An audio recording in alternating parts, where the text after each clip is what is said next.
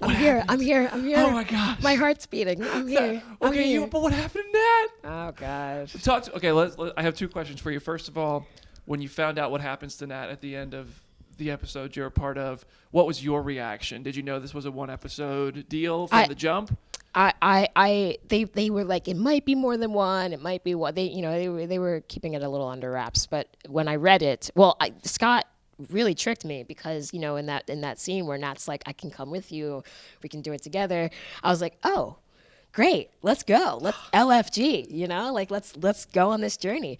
And then, 6 pages later, gutted, really gutted. I was like, as an actor, that's disappointing. You want to continue to tell the story, especially when it's a character that you get really excited about, instantly fall in love with. And so I immediately went to YouTube and searched how to die on screen because I go to YouTube for everything, and just watched people dying on screen for a while, and I was like, all right, this is gonna be challenging, but I've never done it before. No pun intended, but you killed it. Nice. Nicely done. And so in that sequence, I mean, the earlier sequences, I think, are moments that Michonne is really going to carry with her because of the interactions that Michonne and Nat had. So what do you hope Nat's legacy will be within the Walking Dead universe? Even though it was only one episode, I think it's going to be very impactful to the whole arc of a very, key character, obviously, in the show. I think Nat's lighter is emblematic of a fire that was given to him from someone who loved him and literally lit his fire.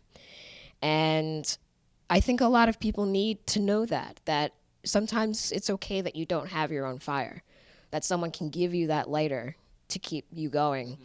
And when he gives that to Michonne, or when Michonne carries that fire, it's this torch, it's this literal baton of love and care that, people pass from one to the other.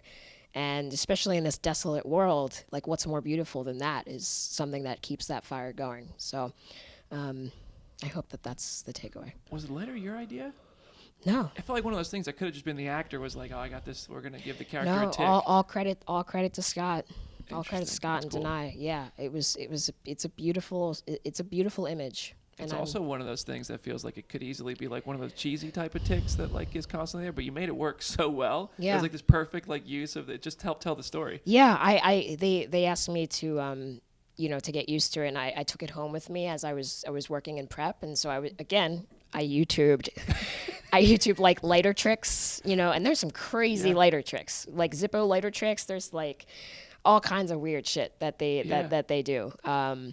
So yeah, I just weeks, and my partner at the time had a fear of fire, and so I'd be walking around our apartment lighting this flame. It was very challenging for her. She's like, "Can you please stop doing that?" I was like, "I'll stop doing that when I rap." Wow. Oh man. Well, you're gonna be the life of the party now. Just bring a Zippo, and you'll be doing tricks. Truly. Well, Truly. Thank you so much for hanging with us. I loved your run on The Walking Dead, and Thanks. Congratulations.